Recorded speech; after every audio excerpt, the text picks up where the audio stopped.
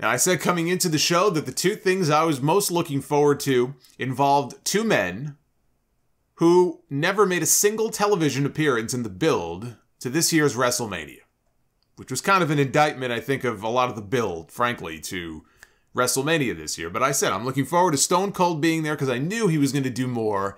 I didn't know it was going to be an official match, but I knew he was going to do more than just sit in the ring and talk and hit a stunner.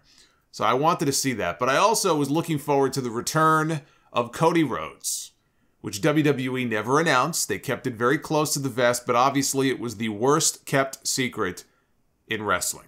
That Cody Rhodes had signed and he was coming back to WWE and was very likely going to be Seth Rollins' opponent at WrestleMania. Seth Rollins, much like Kevin Owens, has had nobody to work off of as far as a direct opponent on television in the build to this year's WrestleMania. He has had nobody to play off of as far as, okay, here's who I'm going to be working with, and we'll have interviews, we'll do segments together. He's had segments with everybody except the man that ultimately he was going to actually be wrestling at WrestleMania, which is not an easy thing to do. That's what Owens and Rollins both had to do going into this year's show.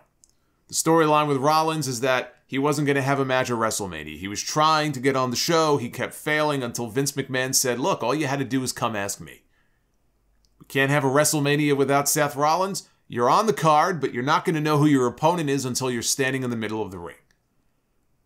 And Rollins came out, and the music stopped, and they built the anticipation. Who's it going to be? After the Hall of Fame the night before, some people thought maybe it would be The Undertaker. As I said during my predictions, it can be only one person. People were freaking out about Shane McMahon because he was spotted in town for WrestleMania. Probably there for the Hall of Fame. It was not going to be Shane McMahon. Well, it was at one point, but it was not going to be Shane McMahon. It was not going to be The Undertaker. It was not going to be anybody except the man who it was, Cody Rhodes, who comes out there to his AEW theme music, his AEW presentation, everything about the nickname, the American Nightmare nickname that he used in AEW. WWE did nothing to change anything about the man's entrance. They simply let him go out there and be exactly who he was the last time we saw him on AEW television. And how often does that happen? How often does it happen that we have a debut like this, somebody comes in from a competitor, from another company, and WWE doesn't do a single thing to change it, to put their stamp on it? Now, this was only night one. Who knows what night two is going to hold? But on night one, and I gave them credit last night, I'll do it again here. WWE deserves a ton of credit for being very hands-off. As far as Cody Rhodes last night, his debut could not have gone and been handled any better than it was. They knocked it out of the park. Spot on, exactly the way that it should have been. Right down to that little soundbite at the beginning where he says, wrestling has more than one royal family. And then the music hits Kingdom. He got a big reaction. People knew exactly who he was. He didn't come out to crickets. Rising up from the stage, just like he did in AEW. He got that big, exaggerated superstar entrance, just like he has in AEW. He had pyro, by the way, before all that. Pyro went off all along the sides of the ramp. And here's Cody Rhodes. They even took his American Nightmare, the skull logo, and they created one of those CGI graphics for it, and they put it on the screen. They introduced him as the American Nightmare, Cody Rhodes. This was great. This is exactly as it should have been. And even better, he went out there with Rollins, and the two of them had one of the best matches on the entire show. They had an excellent match. It took four, I think it was a total of 4 crossroads throughout the entire match for Cody to win. So they didn't exactly put his finish over too strong on night one, but both men kicked out of a lot of stuff. Rollins never did hit the stomp where, I don't believe he did, where Cody kicked out of the stomp, but yeah, there was a kick out of a pedigree by Cody. He kicked out of that. It was, in a lot of ways, it was like an AEW match. So they were kicking out of each other's shit, but finally, in the end, Cody Rhodes picks up the win. He gets his WrestleMania moment, something that even his father never had as big of a moment at WrestleMania as his son did last night. Dusty had one match, a mixed tag at WrestleMania. That's it. Dusty Rhodes is not associated very much with WrestleMania, but his son last night had a moment bigger than his father or his brother ever had. For him, in his mind, it's got to be vindication, especially after the way he left the company all those years ago. He left as a mid-card enhancement guy. He left as a comedy character.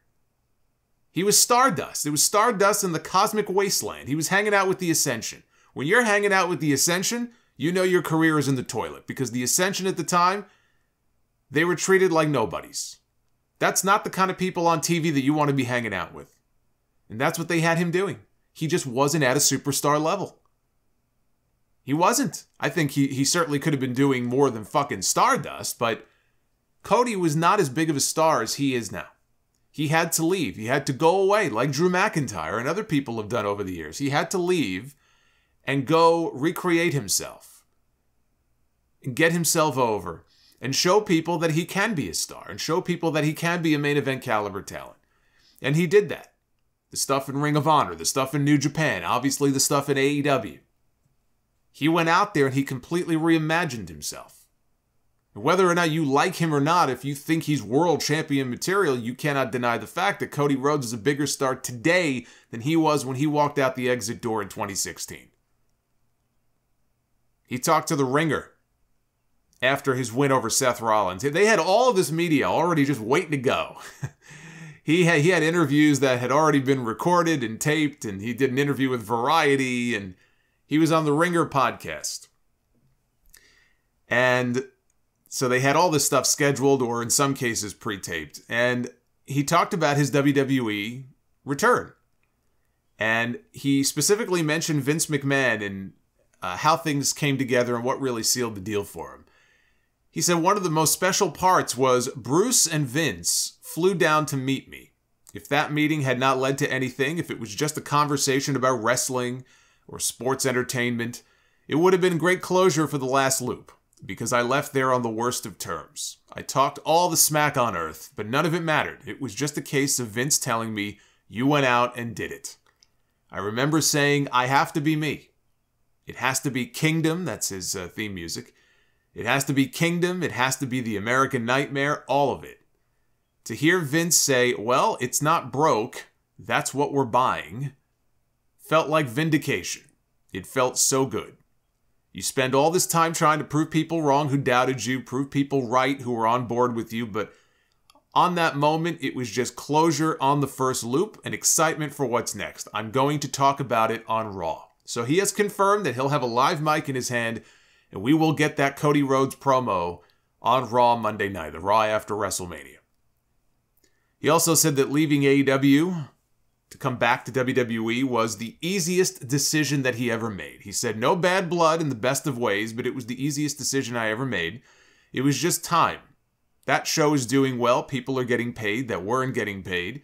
How much are you going to do for everybody else until you say, you know what, I want one for me? I felt like that tonight. It felt real good. It was time for me to move on. I wrestled everybody I wanted to wrestle. I didn't want to be a 15-time TNT champion or hold the belt hostage. I wanted to move on to maybe another piece of leather. And when it was brought up, there was a promo that Cody had done in the ring before his ladder match with Sammy Guevara. That was the one where he kind of mocked the name changing. This is when Walter got his new name in WWE. He said at that time he really wasn't aware that he would be leaving the company soon. He said, I think everybody knew that something was wrong. I was so happy to set the table, and then Bryan Danielson came, Punk came, Adam Cole came. Great. I can do my thing now. And to be there for MJF, to be there for Sammy and the kids, looking at that interview, I didn't know, but if I did know, then I need to get that out. And he made it clear that he has signed a full-time multi-year deal with WWE. It is not a part-time deal. He's on board. And if he's going to be on Raw Monday night, then very likely he may end up on Monday Night Raw. Although that has not yet been confirmed. I think Raw probably would be the best place, or the better place for him right now. I think, but yeah, I mean, he's making the rounds now. He's going to be talking. He's made it very clear he's not going to have anything negative to say about Tony Khan. Or AEW, or anything like that. There's not going to be a Cody Rhodes shoot interview. He's not going to go on Raw Monday night and shoot on AEW or anything like that. He has also said that he's been reading all the stories about why he left, and he goes, people really just don't know the real reason, and he's right. As far as exactly what his reasons were, only he knows that. And maybe Tony Khan. Those are the only two people privy to what those conversations and negotiations were. But there were negotiations for him to stay. And they broke down. So the idea that money had nothing to do with it, or creative had nothing to do with it, it's a pretty sure bet that at least one of those things had something to do with his decision to leave. It does not sound like a case where he just made his mind up months ago and said, look, I'm out of here. I'm really happy here, but I have to leave. There were negotiations, the negotiations broke down, and he said, you know what, I'm going to go try my hand in WWE. And Cody Rhodes being in WWE, again, it's a very timely thing. The timing, I think, is very advantageous to him and to WWE because they can really use a new star on their roster. Now Cody has a fresh coat of paint from where he was the last time we saw him. Last WrestleMania match he was in a ladder match at WrestleMania in Dallas in that same stadium as Stardust. A few months later, he was gone. He asked for his release, and he got it the next day. He had to get out. He left, and he had success. Now he's going to try to apply that success in WWE. So right now, it's all roses and rainbows, but we don't know what the future holds for Cody Rhodes. He's very hopeful. He's very optimistic. I got news for you. There's a lot of people who are very hopeful and very optimistic. They're very bright-eyed and bushy-tailed. When they come to WWE or they get called up to the main roster from NXT, they've got all the hopes and dreams in the world, and then in some cases, they get snuffed out pretty quick. I hope that's not the case with Cody. I think it would be a real mistake for WWE to botch this, because this is a guy who could be challenging for the WWE title or the Universal title within the next 6 months. Absolutely, Cody can be built up, and I think should be built up to that level where he's competing for a championship. Because how many times are we going to see Brock Lesnar and Roman Reigns? And maybe throw Drew McIntyre back in the mix. Then what? Who else is there? They're going to rush Braun Breaker up to the main roster and have him challenging for a championship? That'd be the worst thing they could do. He's coming in at exactly the right time. The key is in the follow-up. But for one night, they let him do his thing, hands off. You end up with magic, which is what we got last night.